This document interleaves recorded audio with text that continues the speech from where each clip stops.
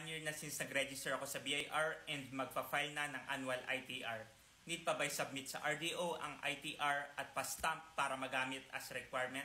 Depende po kung saan natin siya gagamitin. Meron kaming clients, wala namang stamp. Ang pinaka-importante kasi is email confirmation. Proof na nakapag-file na po tayo kay BIR ng ating annual ITR.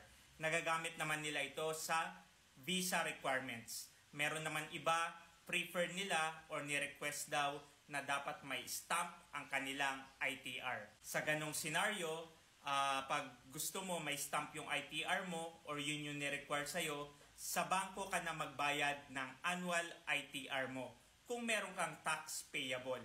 Kung wala ka namang tax na babayaran, sa BIR po pwede tayong magpa-certify true copy para magkaroon ng stamp ang ating ITR. My name is George. I'm a freelancer's tax advisor at JA Consulting.